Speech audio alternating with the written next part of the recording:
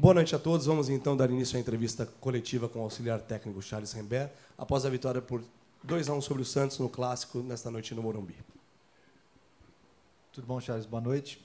Queria que você primeiro falasse sobre essa experiência de comandar a equipe à beira do gramado num Clássico. Como é que foi para vocês, pessoalmente, ter essa experiência desde essa volta do Rogério? Acho que você não tinha tido ainda essa oportunidade? No São Paulo foi a primeira vez, mas no Fortaleza já 2 vezes.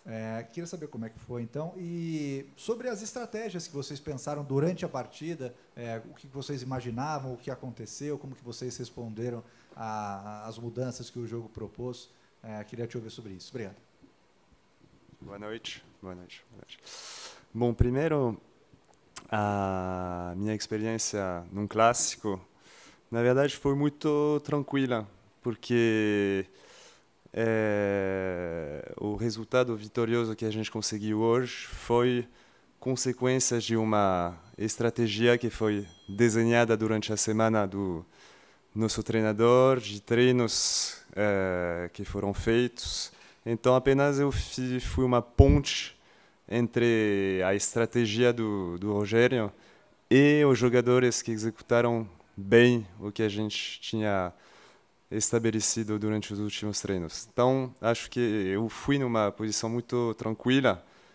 Os jogadores foram numa situação muito tranquila porque estava tudo bem desenhado e conseguimos executar o que tinha sido decidido. E com relação à estratégia de jogo, a gente tinha estudado o fato que eles jogavam tinha uma variação tática, eles jogavam um 4-2-4 plano, ou tinham jogado na primeira rodada do Brasileirão contra o Fluminense com o Losango no meio. E acabaram jogando hoje novamente com o Losango, e tínhamos treinado ontem essa possibilidade, então os jogadores já estavam bem preparados com relação a isso. E a gente, o Losango é um sistema que é muito interessante, mas sem a bola. Ele oferece, quando ele não é muito trabalhado, não é muito repetido, ele oferece dificuldade sem a bola nas viradas de jogos. Porque as pontas do losango têm toda hora que balançar por um lado ou pelo outro. E eles apenas tinham jogado um jogo contra o Fluminense assim. Então sabíamos que não tinham assim esse controle desse sistema. Então é um ponto no qual a gente tentou o máximo possível explorar essas viradas de jogos para o Wellington afundando bem por um lado, explorar os corredores laterais. Charles, boa noite. O Patrick foi uma das novidades do time hoje e foi substituído no intervalo, apesar de ter sido ali uma peça importante na primeira etapa. Foi questão de desgaste também, um jogador que ainda está recuperando a forma? Na verdade, não foi tanto novidade assim, porque ele já tinha jogado contra o Red Bull Bragantino, não no último jogo, mas no penúltimo. Ele tinha feito um bom jogo. E a gente está tentando deixar o time um pouquinho mais físico, com jogadores que tenham mais controle de bola, como o Nicão, como o Patrick. Depois de alguns jogos, no final do Paulistão, no começo do Brasileiro, tentamos deixar o time um pouquinho mais prendendo a bola, mais domínio de bola. O Patrick faz parte dessa dinâmica para tentar sempre melhorar o time, mudar o time nesse sentido. E por ele ter feito um bom jogo contra o Red Bull Bragantino, foi por essa razão que a gente repetiu ele hoje no começo do jogo. E a gente acabou substituindo ele no intervalo para tentar, com o Alisson, botar um pouquinho mais de velocidade pelo lado esquerdo, tentar dinamizar um pouquinho mais. O Maatson, que estava nos dando umas dificuldades quando eles abriam com 3 atrás, o Maatson bem avançado. O Alisson conseguiu melhor marcar o Maatson e nos ajudou no segundo tempo a ter mais domínio e a explorar mais o nosso lado ofensivo. Charles, boa noite. Queria te perguntar de 2 lances. Primeiro, do gol do Caleri. A gente não tem acompanhado os treinamentos, mas deu para ver em um vídeo que o São Paulo publicou que ele treinou muito jogadas de cabeça ofensivas. Vocês treinaram pensando especificamente em alguma estratégia para esse jogo contra o Santos? E outra jogada que foi uma cobrança de lateral do São Paulo, o Rafinha fez um lançamento, o Igor Gomes ajeitou para a batida do Calleri. Foi algo que eles tiveram a percepção naquele momento ou vocês também já tinham imaginado uma jogada assim? Então, com relação ao jogo aéreo do Calleri, acho que todos nós sabemos das qualidades que ele tem. Ele tem feito muitos gols com esse atributo de cabeceio, então ele tem um grande domínio com relação a isso. A nossa principal orientação com relação a isso era que os cruzamentos não caíssem no Maicon, porque o Maicon é um ótimo cabeceador, que cabeceia melhor do que o Velázquez, outro zagueiro, e o Patrick teve a qualidade para efetuar esse cruzamento por cima do Maicon, que caiu no cabeceio do Calleri para ele fazer o gol. E minutos depois, não sei se você lembra, mas o Wellington teve uma jogada bem parecida, só que ele fez o cruzamento mais curto e o Maicon tirou. Então, realmente, a nossa orientação era por cima do Maicon entre os dois zagueiros. E com relação aos arremessos laterais, de fato, uma ferramenta que a gente treina bastante. Inclusive, a gente teve recurso a um profissional europeu especializado com arremessos laterais. A gente treina várias situações de arremesso lateral no primeiro, segundo, terceiro altura de campo. E essa específica que você falou, não tínhamos treinado essa específica, mas faz parte de um contexto de várias movimentações que são treinadas assim. Boa noite, Charles. O que eu queria saber é como que foram as conversas com o Rogério Ceni durante a semana, porque já era previsto que ele não estaria hoje à beira do campo, né? Ele te deu total autonomia ou ele procurou passar o que você deveria fazer ao longo do jogo? Quais eram as peças que você deveria substituir? Enfim, como que foi essa combinação entre você e o Rogério para se preparar para esse jogo, o seu primeiro jogo à frente da equipe, né? No São Paulo. Obrigado. Então, na verdade, com o Rogério, faz mais de 5 anos que a gente trabalha juntos todos os dias.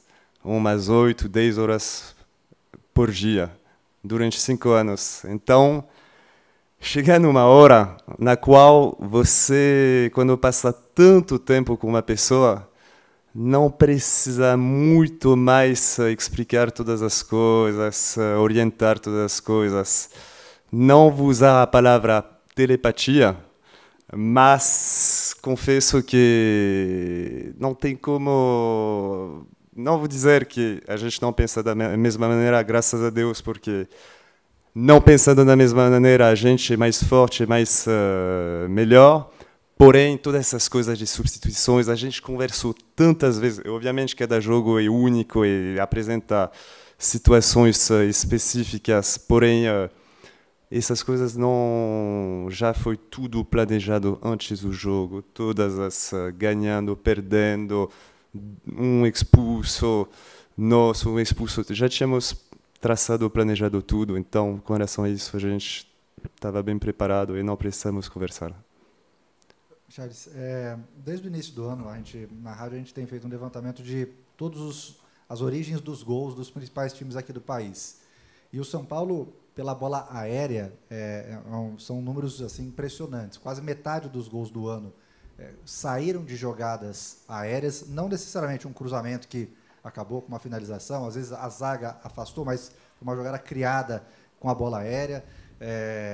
Metade desses gols foram com a defesa adversária postada, ou seja, o São Paulo tinha a posse de bola e, mesmo assim, conseguiu fazer o gol por jogadas aéreas. E no Brasileirão isso é muito claro, porque, se não me engano, dos 8 gols, 7 tiveram origem de uma bola aérea. Hoje, dá para falar que o São Paulo é um time que tem, nesse tipo de jogada, a sua principal força? Bom, primeiro temos o Calleri, que é um ótimo cabeceador, e isso ajuda bastante. Temos bons cruzadores que também ajudam nesse quesito. Na sua pergunta, você fala dos gols de bola aérea com bola rolando e de bola parada. Bola parada é um aspecto no qual a gente dá muita importância. Falei de uma ajuda de um europeu para arremesso lateral, mas também a gente recebeu uma ajuda de outro europeu sobre bola parada também. Então, passamos bastante tempo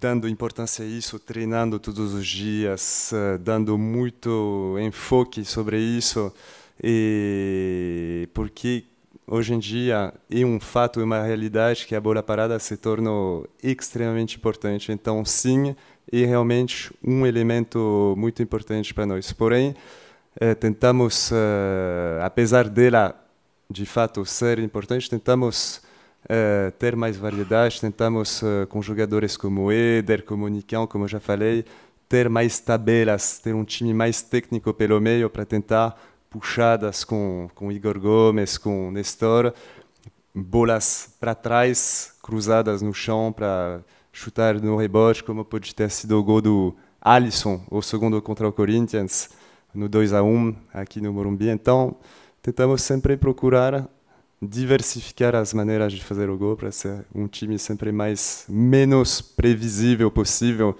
e ter mais atributos ao nosso favor. Boa noite, Charles. Eu queria saber especificamente do Diego Costa, né? Um jogador que evoluiu demais, tem jogado muito bem e hoje teve uma parte simbólica ali do jogo, né? Que é um carrinho que ele dá, ele consegue um desarme depois de um erro do Igor Gomes. O que representa aquele lance ali para vocês que estão vendo, né, essa evolução do Diego Costa, estão dando muita oportunidade para ele e hoje ele é um dos principais jogadores aí da zaga do São Paulo. Obrigado. Ele, com certeza, se não me engano, ele teve um ano 2020 muito bom aqui. Ano passado nem tanto, e hoje ele está voltando com muita força e com certeza é um zagueiro que nos ajuda muito, que é muito voluntarioso, muito profissional, muito dedicado e trabalha muito todos os dias. E esse lance, como você bem falou, é bem representativo da garra que ele tem e ele tem uma ótima recuperação defensiva. No segundo tempo, o jogo ficou muito mais aberto, teve muito mais idas e voltas, de perda de bola, de recuperação, e aí ele foi muito importante nesse quesito e está nos ajudando muito, cresceu muito de fato e continua indo muito bem. Encerramos então com o auxiliar técnico Charles Rembert. Obrigado a todos que nos acompanharam. Uma boa noite.